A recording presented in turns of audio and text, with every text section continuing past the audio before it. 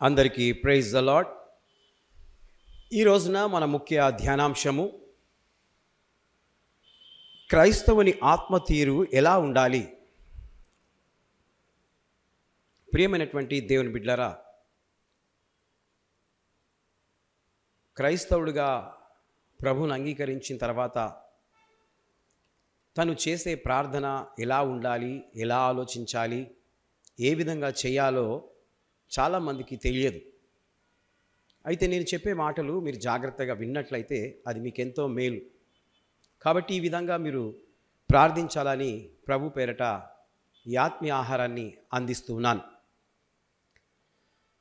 పరిసయ్యుడు నిలవబడి, దేవా, నేను ఇతరుల మనుషుల వలె ఉండనందుకు నీకు కృతజ్ఞతాస్తుతులు చెల్లించుచున్నాను అని తనలో తాను ప్రార్థించుచుండెను. ఈ మాట లూకా సువార్త 18వ అధ్యాయం 11-12 వచనాలలో వ్రాయబడి ఉన్నది. బైబిల్ ఉన్నవారు మీరు తీసి చదువుకోవచ్చు. ఇతరుల వలె నేను లేనందుకు అని దేవుని ఆత్మచేత నడిపింపబడని వాడు మాత్రమే ప్రార్థిస్తాడు. దేని చేత నడిపించబడిన వాడు? దేవుని ఆత్మచేత నడిపించబడిన వాడే ఈ విధంగా ప్రార్థిస్తాడు.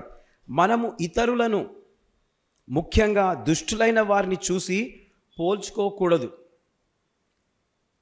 చాలామంది దుష్టులైన వారిని చూసి పోల్చుకొని ప్రార్థిస్తూ ఉంటారు. ఆ విధంగా పోల్చుకోకూడదు. ప్రతి ఒక్కరిలోనూ కొన్ని బలహీనతలు ఉంటాయి. నిజమే దేవుని బిడ్డలారా, ప్రతి ఒక్కరిలో ఏదో ఒక బలహీనత ఉంటుంది, కానీ అది మనం గ్రహించం. నేను బాగునే ఉన్నాను అని అనుకుంటాం. కాబట్టి ఇది ఎలా ఉన్నదంటే, ఇది ఒక 0 తాను రుణ సంఖ్య కంటే గొప్పదానినని గర్వించుచున్నారు. ఆ విధంగా ఉంటుంది. మనం దేవుని ప్రమాణములను మాత్రమే చూడాలి. దేవుడు ప్రమాణాలను ఏ విధంగా తాను చూస్తాడో, ఒప్పుకుంటాడో అది మనం చూడాలని దేవుని మాటలు సెలవిస్తూ ఉన్నాయి. మనల్ని ఇతరుల కంటే గొప్పవారిగా హెచ్చించుకునేలా చేసేది మనలో ఉన్న చెడ్డ స్వభావం. మనం ఏం చేస్తామంటే, నాకంటే ఎవ్వరు హెచ్చుగా ఉండకూడదు, నాకంటే ఎవ్వరు గొప్పగా ప్రార్థన చేయకూడదు, నాకంటే ఎవ్వరు గంభీరంగా వాక్యం చెప్పకూడదు. ఈ స్వభావము పరిసయ్యునిలో ఉన్నది. ఈరోజు నీలో అలా ఉందా? ఒకసారి పరీక్షించుకో. ఆ విధంగా ఉండకూడదు అని వాక్యములో వ్రాయబడి ఉన్నది. కాబట్టి ఆకాశములో ఎగిరే విమానము, నదులు, పర్వతాలు అన్నిటినీ దాటుతూ వెళుతూ ఉంది. అంతెత్తులో ఉన్న విమానం కింద వెళ్ళు కారును చూస్తే, నేను నీకంటే ఎంతో ఎత్తులో ఉన్నాను అని పోల్చుకోకూడదు. విమానము నిజమే అన్నిటికన్నా ఎత్తులో ఎగురుతుంది. అంటే నీవు విమానమంతా ఎత్తులో ఉన్నా కూడా నీవు ఆ విధంగా ఉన్నానని పోల్చుకోకూడదు.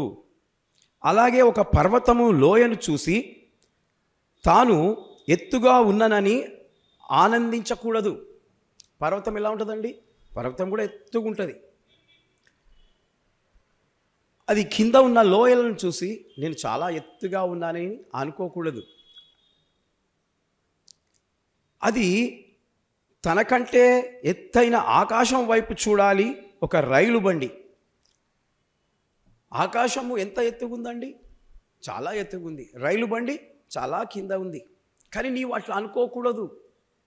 నేను ఆకాశం అంత ఎత్తులో ఉన్నాను, కింద రైలు బండి ఉంది అని నువ్వు అనుకోకూడదు. ఎద్దుల బండిని చూసి మురిసిపోకూడదు. దేవునికి స్తోత్రం కలుగును గాక. నేను ఎత్తుగా రైలు బండి మీద పరిగెత్తుతున్నాను కదా, ఎద్దుల బండి చూడు మెల్లగా వస్తుంది అని అనుకోకూడదు. మనిషి యొక్క స్వభావమును నేను పోల్చి చెప్తూ ఉన్నాను. కాబట్టి దేవుని బిడ్డలారా, మన క్రీస్తు వైపు చూస్తున్నామా? దేవుని వైపు మనం చూస్తున్నామా? నా యొద్దకు రండి అని పిలుస్తున్నాడు. నన్ను వెంబడించండి, నాతో నివసించండి అని ఆయన కోరుతూ ఉన్నాడు. ఎవరు కోరుతున్నారు? దేవుడు కోరుతూ ఉన్నాడు. నా దగ్గరికి రండి, నా దగ్గర నివసించండి. మనం ఇతరుల వైపు చూడమని దేవుడు మనకు చెప్పలేదు. నిన్ను నీవు చూసుకో, ఇతరులను నువ్వు చూడకు. నిన్ను చూసేవాడు దేవుడున్నాడు. కానీ దేవుని వైపు చూడకుండా ఇతరులను మనము చూస్తూ ఉంటాము, అబ్జర్వ్ చేస్తూ ఉంటాం. ఉన్నతమైన వాటిని ఆశించేది నిజమైన క్రైస్తవ ఆత్మ. హల్లెలూయా. ఉన్నతమైన వాటిని ఆశించేది నిజమైన క్రైస్తవ ఆత్మ. కిందకు మనల్ని లాగేసేది చెడ్డ స్వభావాన్ని వదిలిపెట్టాలి. మనము ఉన్నతమైన దాన్ని చూడాలి, కానీ కింద ఉన్న వాటిని మనము చూడకూడదు. తనను చూసుకొని తానే తృప్తి పడేవానిని కదిలించడం చాలా కష్టం. తనను తాను చూసుకొని మురిసిపోతూ ఉంటాడు. అలాంటి వాడిని చూసి వాడిని మార్చాలంటే మనకు చాలా కష్టమవుతుంది. అతనిలో మార్పు లేని ఒక జడత్వం, అంటే మూర్ఖత్వం,